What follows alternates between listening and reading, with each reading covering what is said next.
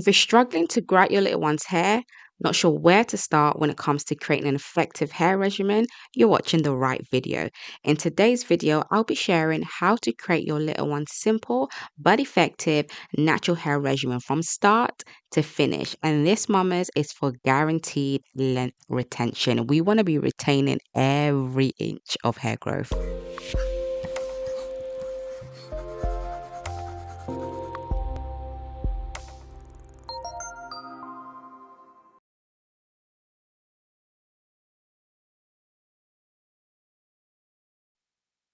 Hey mamas, welcome back again to my channel. So mamas, get your pens and papers out because today I'm going to be teaching you how to create a simple regimen for your little ones minus all the unnecessary steps.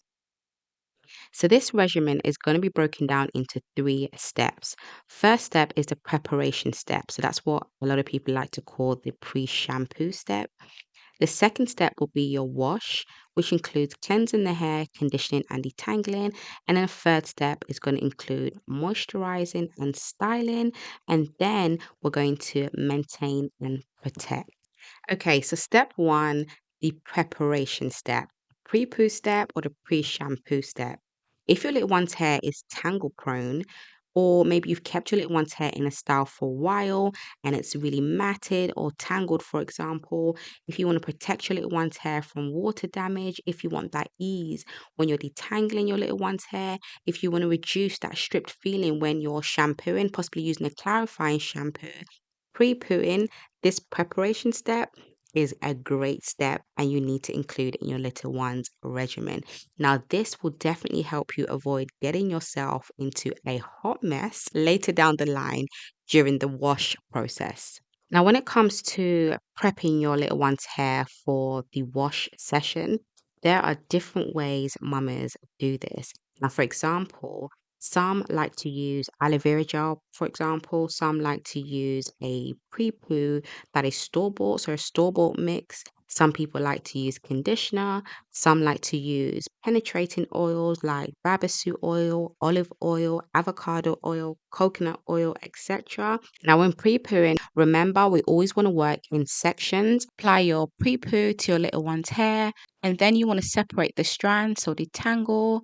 At this stage, we want to lightly detangle with your fingers, so no tools at this stage, so no combs or brushes. You're going to do a thorough detangle later on with tools.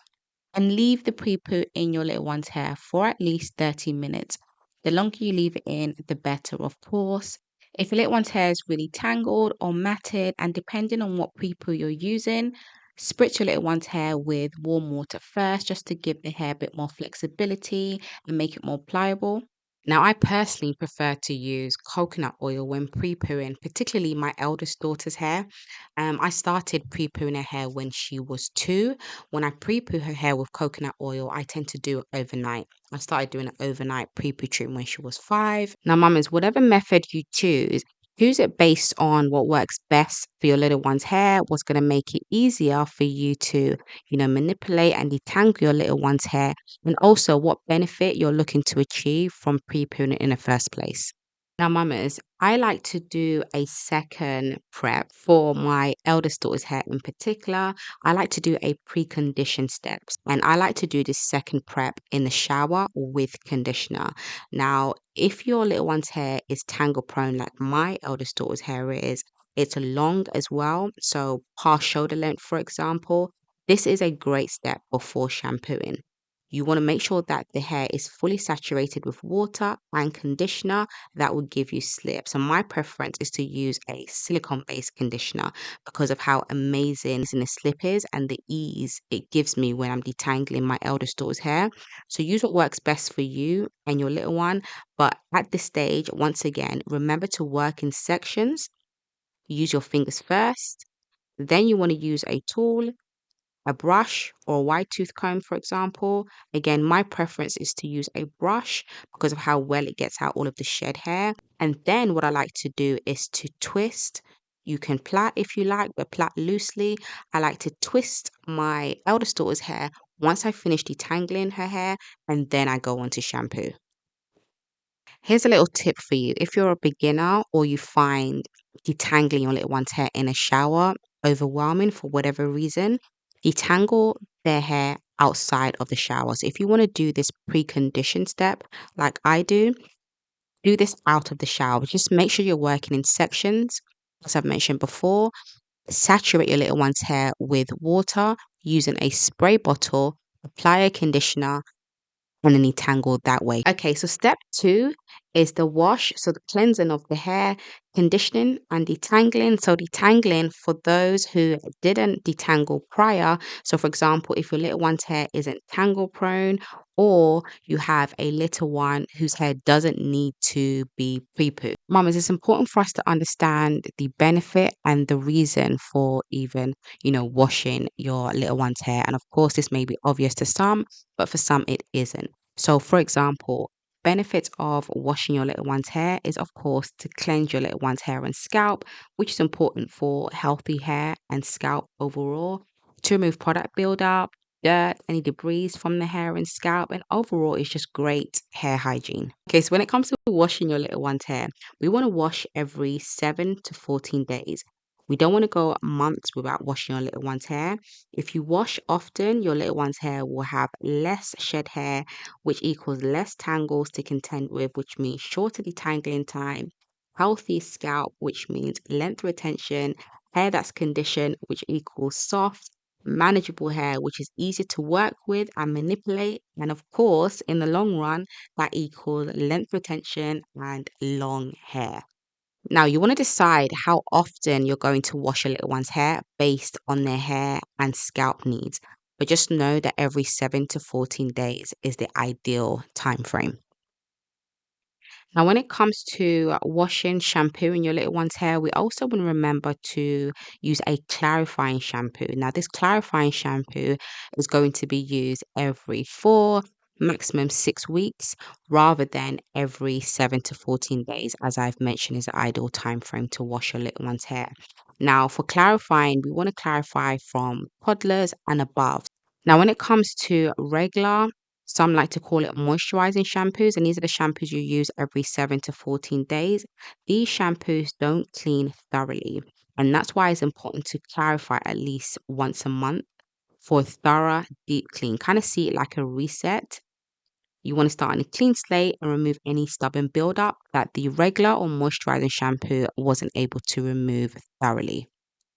Mamas, before we continue, if you have a daughter and taking care of her hair has currently left you in a state of frustration, overwhelm, feeling like you have failed, but because you don't know how to properly care for your daughter's hair and even your own natural hair, and you want to go from that place, feeling that way, to feeling happy, proud, accomplished, and confidently caring for your daughter's natural hair and then your own, so that you can teach your daughter how to love her hair and herself unapologetically, change her hair story, and create new generational cycles. I want to talk to you and I want to help you and support you on this journey. Click the link below this video and book a call with me today. And let's have a conversation and see if we would be a good fit to work together.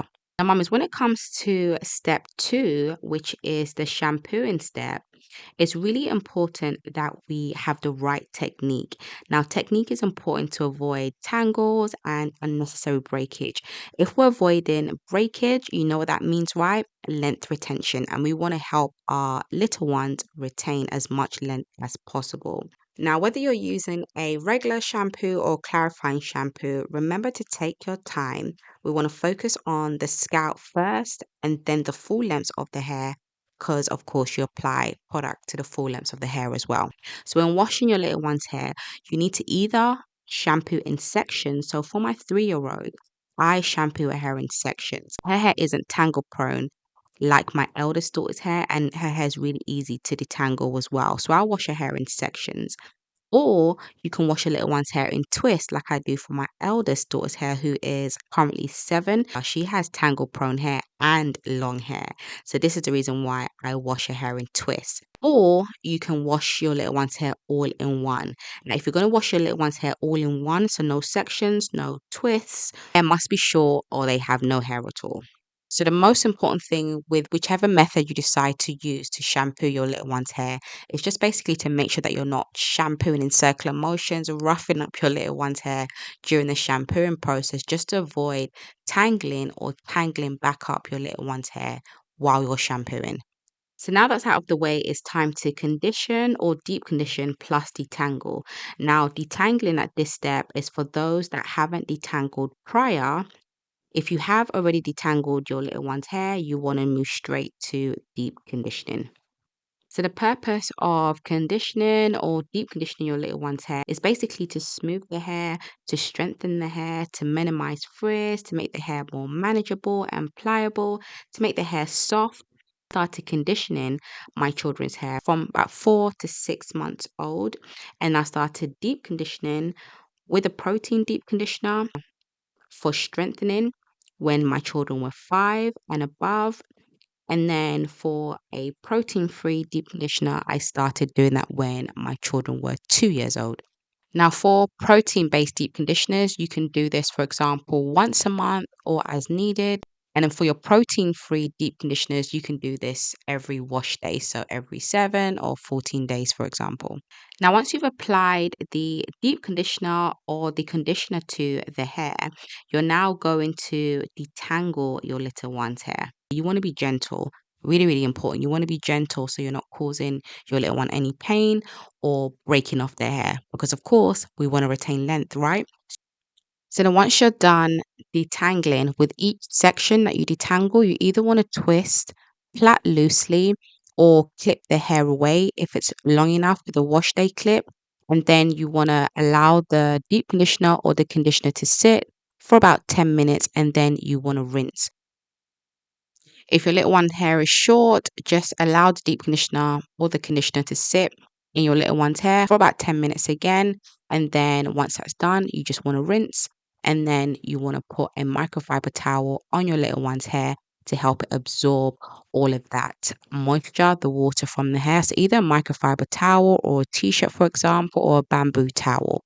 But you don't want to use a regular towel. That's just going to be too rough on the hair strands. So step three is moisturize and style, and then maintenance and protection.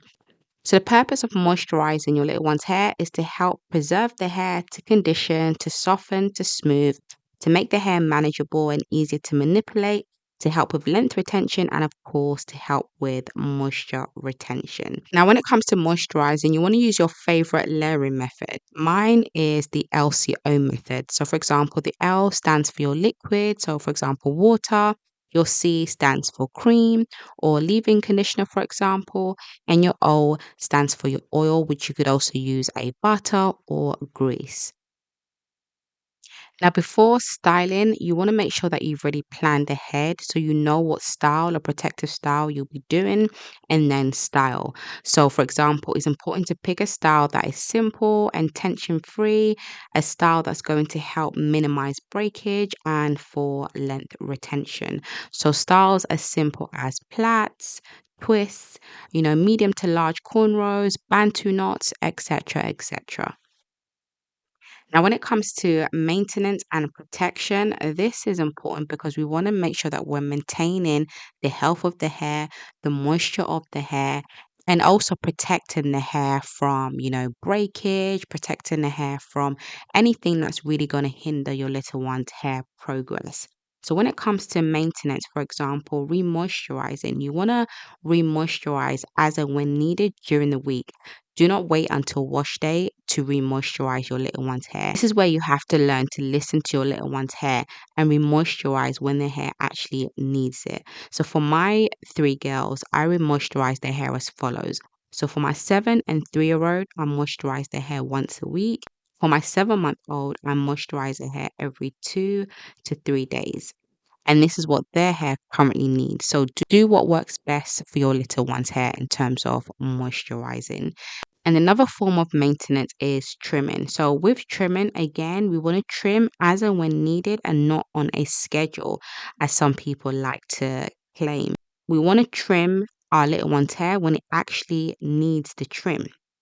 This is going to help with length retention. So, for example, for my little ones, I trim their hair. It works out to be roughly 1 to 2 times a year. That's what their hair currently needs. Whenever I see their hair showing signs that it needs a trim, I give it a trim. But basically, I let their hair lead me. Now, when it comes to protection, we're talking about nighttime protection, for example, with a satin or silk bonnet or scarf, fitted sheets for your younger little one. So, for example, if you have like a newborn, for example, or a little one that doesn't really like bonnets, for example, this could be a backup, having a fitted sheet, or even a satin or silk pillowcase. So just do what works best for your little one. For my little ones, for example, my 7-month-old, she sleeps on a satin fitted sheet. And then for my other two girls, even my son actually, they all wear satin scarves. This is really going to help with moisture retention. It's going to help minimize breakage, minimize fridge. This is really, really important when it comes to maintaining the health of the hair and at the same time protecting the hair from damage, which, of course, as always, will result in length retention. For the regimen that got my eldest daughter's hair past bum length, check out the video showing on the bottom left hand corner of the screen. In this video, I share everything, literally everything that has helped her hair retain so much length.